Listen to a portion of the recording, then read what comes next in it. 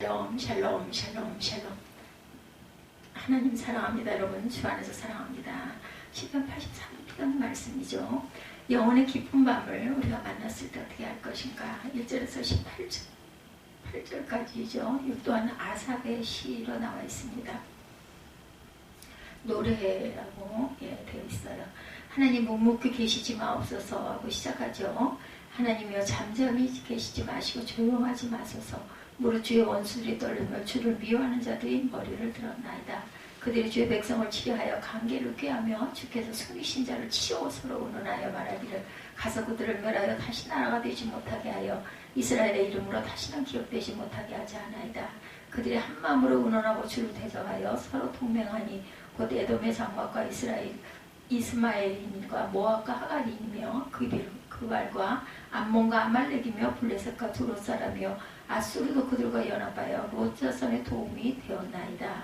주는 미디안에 행하신 것 같이 기손 시내에서 시스라와 야빈에게 행하신 것 같이 그들에게 행하소서. 그들은 엔돌에서 패망하여 땅에 거름이 되었나이다. 그들의 귀인들이 오랫과 스엡 같게 하시며 그들의 모든 고관들은 세부와 살문나와 같게 하소서.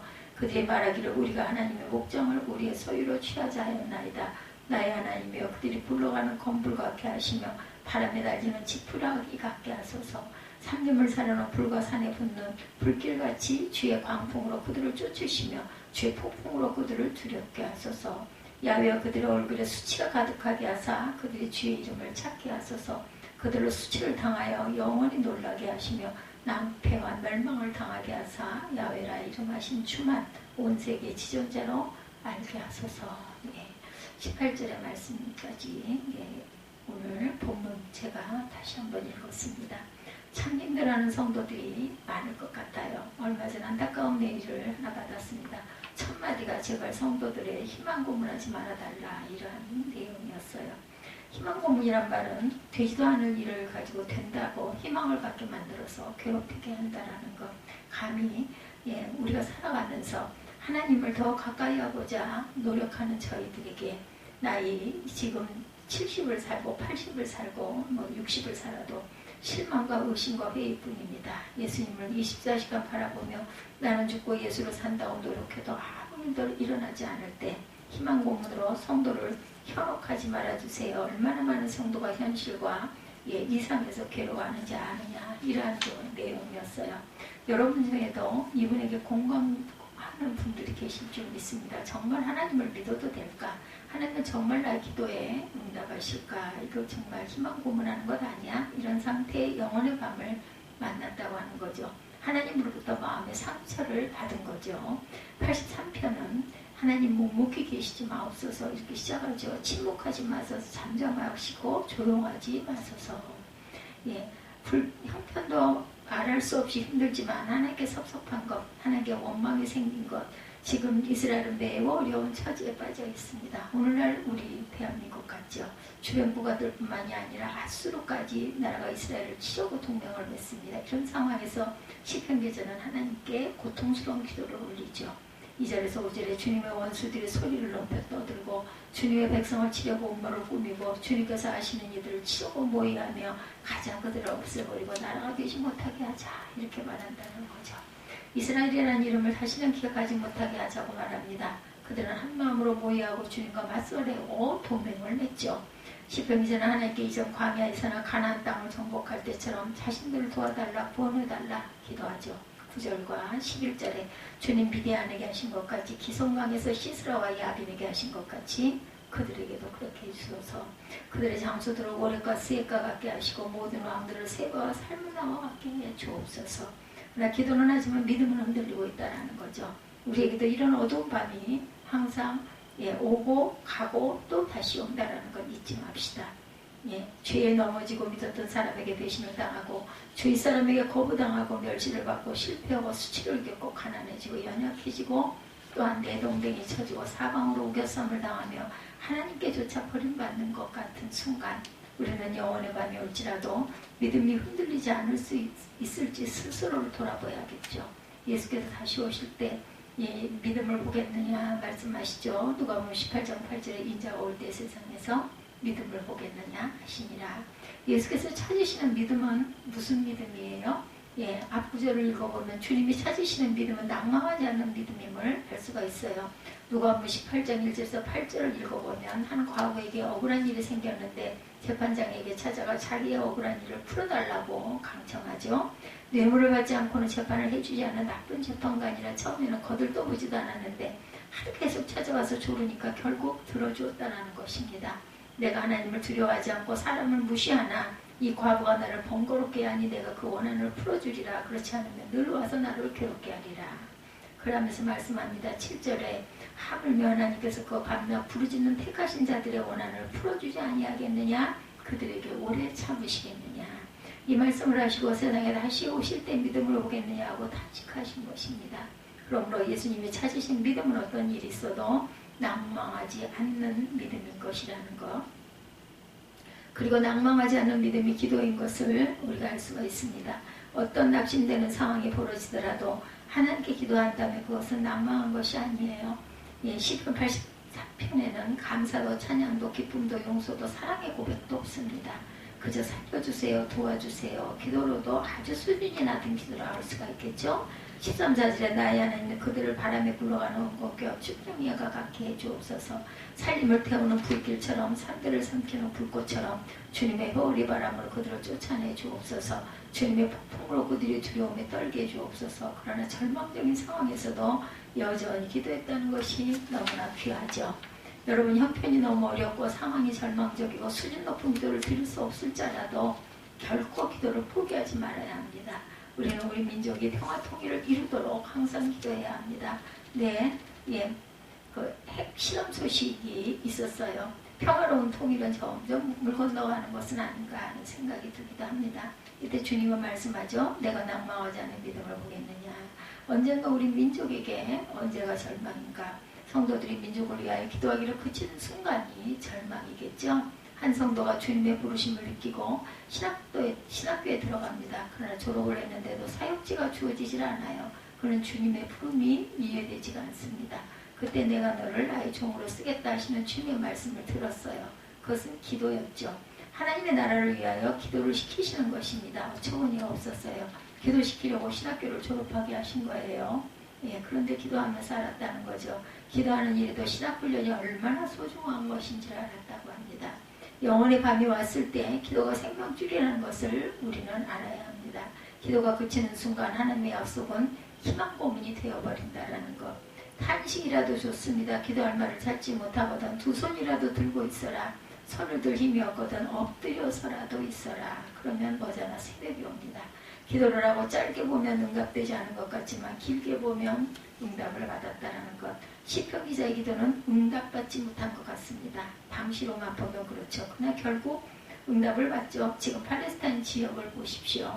이 설교를 준비하면서 깨닫습니다. 1984년 광주 통합병원 수술 대기실에서 하나님하고 3번 불렀을 때 아무런 응답을 듣지 못했지만 32년이 지난 지금 응답받았다는 것을 깨닫게 됐다고 해요. 그런 그 모습, 그 응답, 지금의 모습, 34년이 흐른 이후에 본인의 모습을 보면 그것은 응답이었다. 우리가 일제강점기 때 나라를 위해서 해방을 위해 얼마나 기도했는지 모릅니다. 그런데도 30년이 넘게 하나님은 침묵하시죠. 그러나 기도는 결국 응답을 받습니다. 36년 동안 아무런 조짐도 보이지 않더니 어느 날 갑자기 이 땅에 해방이 주어지죠. 그래서 모두들 놀랍니다. 그때 어느 독립운동가가 이 땅에 해방이 이렇게 빨리 올 줄은 꿈에도 몰랐다고 고백합니다. 함석헌은 해방이 이렇게 도적같이 왔으니 이 해방은 분명 하늘이 주신 선물이다 이렇게 고백을 합니다. 36년 동안 기도하다 지쳐 죽어간 사람들이 많았죠. 그러나 막상 응답이 되어보니 이렇게 빨리 응답이 될 줄 몰랐다라는 것입니다. 영혼의 밤에 왔다고 깨달았을 때 기도와 함께 반드시 놓치지 말아야 할 것 성령입니다. 하나님께서 우리에게 영혼의 밤을 허락하시는 데는 이유가 있다라는 것. 이전에 알지 못했던 새로운 하나님을 알게 되죠. 영혼의 밤은 하나님이 계시지 않은 듯 느껴지는 절망의 순간이 찾아옵니다. 그러나 역설적에게도 영혼의 밤 한가운데 우리는 하나님을 새롭게 만나게 된다라는 것. 평소에도 보이지 않는 하나님이신데 영혼의 밤에 어떻게 만납니까? 성경으로 만나죠. 시편 83편에 시편 기자는 자신들의 문제가 주의 그 나라가 열 나라가 연합하여 자신들을 치러오는 것이다 생각합니다. 결국은 기도밖에 없죠. 그러나 우리는 알죠. 그들이 왜 그런 어려움을 겪었는지. 신명기 8장에서 모세가 가나안 땅에 들어가기 직전 이스라엘 백성들에게 이미 하신 말씀이죠. 8장 19절에 내가 만일 내 하나님 야훼를 잊어버리고 다른 신들을 따라 그들을 섬기며 그들에게 절하면 내가 너에게 증거하노니 너희가 반드시 멸망할 것이라. 여호와께서 너희 앞에서 멸망시키신 민족들까지 너희도 멸망하리니 이는 너희가 너희 하나님 야훼의 소리를 청종하지 아니함이라. 아멘. 이 말씀이 이루어진 거죠. 시편 기자는 매맞아 아파하지만 왜 자신들이 매를 맞았는지 깨닫고 회개하는 내용은 없어요. 하나님의 말씀을 몰랐기 때문이라는 거. 그래서 우리는 하나님의 말씀을 힘써 알아야 합니다.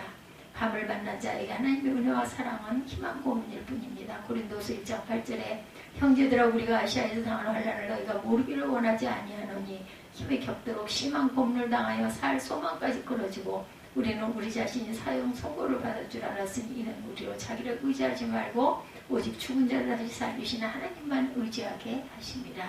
아멘.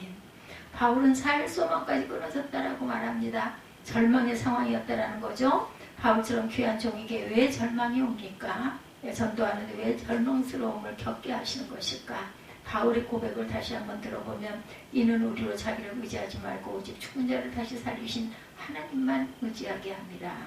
절망의 순간에 바울은 하나님만 의지하는 것을 배웠다라는 것이죠. 히브리서 11장 6절에 믿음이 없인 하나님을 기쁘시게 하지 못하나니 하나님께 나아가는 자는 반드시 그가 계신 것과 그가 자기를 찾는 자들에게 상 주시는 이심을 믿어야 할지니라. 이 말씀은 하나님을 이미 믿는 자에게 하신 말씀. 하나님께 나아가는 자는 하나님을 믿으니 하나님께 나아가는 것이 아닐까. 하나님은 이미 믿는데 왜 하나님의 계심을 다시 믿어야 한다는 것일까. 하나님을 믿었지만 하나님이 계시지 않은 듯 느껴지는 순간이 오기 때문이라는 것입니다. 영혼의 밤이죠. 그때 평소에는 전혀 알지 못했던 하나님을 만나게 되죠. 다윗이 보면 같은 하나님을 믿는데 어찌 저리 다를까 하는 생각이 듭니다. 사망의 음침한 골짜기로 다닐지라도 원수의 목전에서도 부족함이 없다고 고백합니다. 그것은 항상 동행하시는 하나님을 믿었기 때문이죠. 우리가 다른 성경을 가진 사람이 아니에요. 다윗은. 근데 다윗은 하나님을 그렇게 항상 믿었다는 거죠. 주께서 나와 함께 하시니라. 내 평생에 선하신가 인지하시니 반드시 나를 따르리니. 다윗의 이 믿음이 영혼의 밤을 거친 사람의 믿음이라는 것. 영혼의 밤을 거치면 늘 동행하신 하나님을 알고 원하고 더 이상 환경이 좋고 나쁜 것이 문제가 되지 않는 것이죠. 영혼의 밤은 우리가 나는 죽고 예수로 사는 믿음의 길로 들어서는 기회라는 것. 우리 교회의 역사가 참 짧아요. 그죠? 이제 12년. 그러나 10년 전 엄청난 변화를 가져왔죠. 일반적으로 역사가 오래 교회는 변화가 힘듭니다. 근데 우리 교회는 변화가 됐습니다. 그것은 그때 우리 교회가 영혼의 밤의 시기를 보내고 있었기 때문이라는. 날마다 눈물과 탄식 기도를 올리고 교회 존폐 위기에 몰렸을 때 더 이상 갈 데가 없을 때 우리는 정말 사생 결단을 하는 기도를 하게 되죠. 어려워도 너무 어렵고 그것 때문에 우리는 철저히 죽을 수가 있었다는 그러한 고백이 있습니다. 우리의 전통, 생각, 경험 모든 것 내려놓고 예수만 바라볼 수 있었다는 것이죠. 그리고 다시 일어날 수 있었다는 것. 교회도 성도 여러분 개개인도 이 훈련을 절대로 잊어서는 안 됩니다. 영혼의 밤을 두려워하거나 낙심하지 마십시다.